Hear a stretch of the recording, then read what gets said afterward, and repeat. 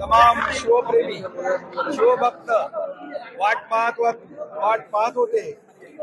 वाघ नखांचं दर्शन घेण्याची वाट पाहत होते. तो दिवस आज उजाडलाय आणि लंडनहून छत्रपती शिवाजी महाराजांनी अफजल खान वधामध्ये जी वाघनखं वापरली त्याचं आगमन इथे झालं. आज आम्ही त्याचं दर्शन घेतलेलं आहे आणि त्या वाघनखांचं आज उद्घाटन झालंय असं मी या ठिकाणी जाहीर करतो. सर, खोटी नका आहेत, खोटी नका आहेत असा खोटी नका है।